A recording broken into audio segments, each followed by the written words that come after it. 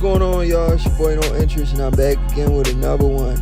I need you guys to do me a favor, hit that like button, hit that subscribe button, hit that notification icon for more videos like this. That being said, let's get into it. Please like, share, and hype the video, and check out my recent videos. I just dropped a whole bunch of videos. You guys don't want to miss it. In this video, I want to preview Jaron in his last fight and give you my opinion on all of these fights, because I've seen all of these fights. And so far from his last 10 fights,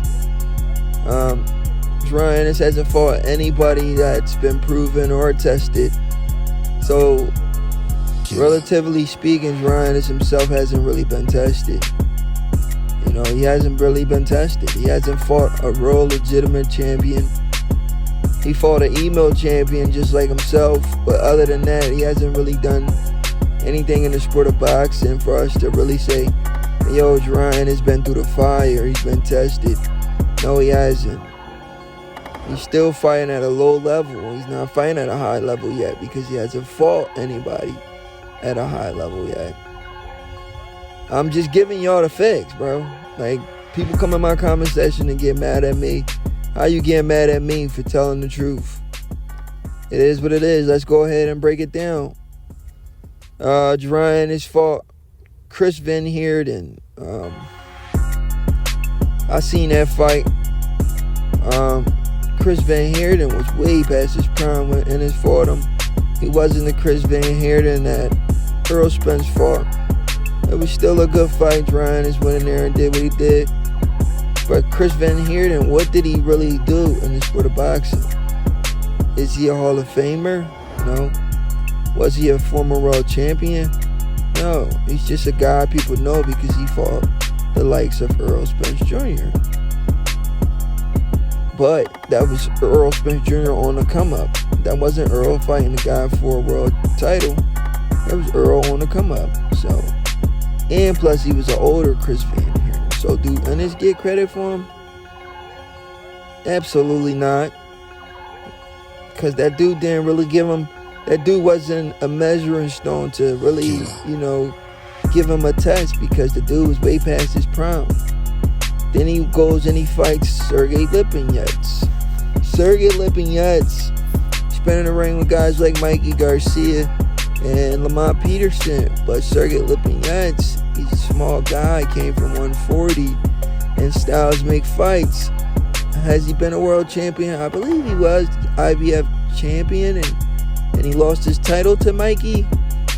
So he's a former world champion. Can we give Ennis credit for him? Maybe. We could give Ennis some credit. But how good is Sergey Lipinets? You know, the only notable win we do know he has was the win over Lamont Peterson. But then again, that was a past his prime Lamont Peterson. So it's not really looking too good for Jaron Ennis for the first two that I just named. Then we go on to Thomas Delorme. Thomas Delorme, way past his prime as well. Thomas Delorme hasn't really done too much in the sport of boxing and never been a world champion. So the only former world champion on Jaron Ennis' resume that I spoke about so far was Sergey Lipinets. And in the Thomas Delorme fight, Jaron Ennis, he actually punched this guy in the back of his head. Team Delorme filed a petition to try to get the fight overturned, but it wasn't. Ennis went on to fight Custio Clayton, a guy he beat up on. But who is Custio Clayton? A guy, let's face it, a guy majority of the boxing fans never heard of. Then he goes and fight a guy named Karen Chuka-Hodson and look horrible in the first fight and look horrible in the second fight. Not gonna lie, he dropped him in the second fight, but he didn't make too much adjustments. He didn't make enough adjustments to close the show. Karen actually had a better performance in the second fight than he did in the first fight. When you fight a guy twice, you're supposed to knock them out if you're as good as they say you are. But that wasn't the case because Ennis isn't as good as advertised. He goes on to fight Roman Villa, a guy who, in my opinion, robbed Rashidi Ellis. He should have never won the fight. It was a bias on the scoring. I thought Rashidi Ellis did what he had to do to pull it off. Roman Villa, he hurt Rashidi, but that wasn't enough to win the fight. Rashidi still outboxed him and won the fight, in my opinion. Jaron went in there and he stopped Roman Villa, but styles make fights. Roman Villa's style was tailor-made for Jaron Boots Ennis. And Roman Villa is a guy a lot of people never really heard of. Is it a test for Jaron Ennis? Somewhat, but is he a credible name? Not really. We didn't know who he was before the Rashidi Ellis fight. He goes on to fight David Avanesian, who actually put hands and feet on Jaron Ennis. David Avanesian, never been a world champion, isn't a former world champion, but he did put hands and feet on Jaron Ennis. In the fight where Jaron Ennis Pop was even saying, yo, you're getting touched way too much. I seen David Avanesian hit Jaron Ennis with like 3 uppercuts in a row on the ropes. And I'm like, what am I watching? Jaron Ennis try to throw this haymaker from like 3 miles away, and he missed David Avanesian and fell. David Avanesian was laughing at him. Eddie Hearn made a phone call, told the ref to stop the fight, and the ref stopped the fight because Jaron Ennis was in there embarrassing himself. And that's a guy, David Avanesian. A lot of guys on YSM Sports Media Channel, Greg Hacken and all them dudes, they disrespected Bud for fighting this guy. They call this guy David Ivy Sneezing, David Advil. Yet Ennis goes on and fight this guy, and they try to make this guy seem like he was the best of the best, when we all knew this guy was only chosen to fight, picked to fight because Crawford fought him. And he did a horrible job against David Avanesian. Crawford knockout over David Avanesian versus Boots win over David Avanesian. You can't compare the two. It's night and day.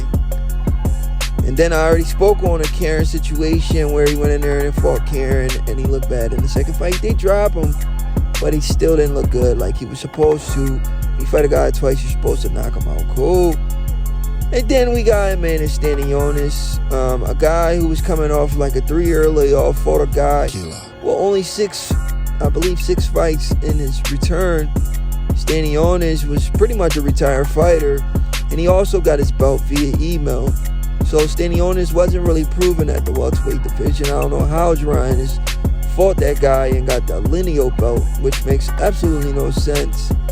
It's some bias in the sport of boxing, and Eddie Hearn probably had his hand in it, because Jaron Ennis did not deserve the lineal belt for fighting a guy who's been retired for almost 3 years. Then he goes up in weight when he told us he was making the weight comfortably, and goes and he fights Usima Lima, freaking DoorDash. So overall, I don't even want to speak on that fight. Overall, Jaron Ennis is relatively unproven, and he's unproven for sure in the sport of boxing, and the hype that he's getting for being unproven is ridiculous. Boxing fans need to get it together. These Philly guys that go on YSM Sports Media Channel and overhype this guy is only setting this guy up for failure. When he gets in there with somebody that's fundamentally sound, it's not going to look how y'all think it's going to go. This guy's being set up for failure. He's from the Biddy. I want to see him do good, but I'm not going to come on here and cap for the guy. When we look at his resume, he's not a proven fighter right now. He's fighting guys the general public don't really know. And he's doing what he's supposed to do in some of them, but not all of them. But overall, he needs to get it together and fight people the general public do, though, and prove us wrong, because so far he's proven us right that he's been fighting tomato cans. It's your boy No Interest, and I'm out.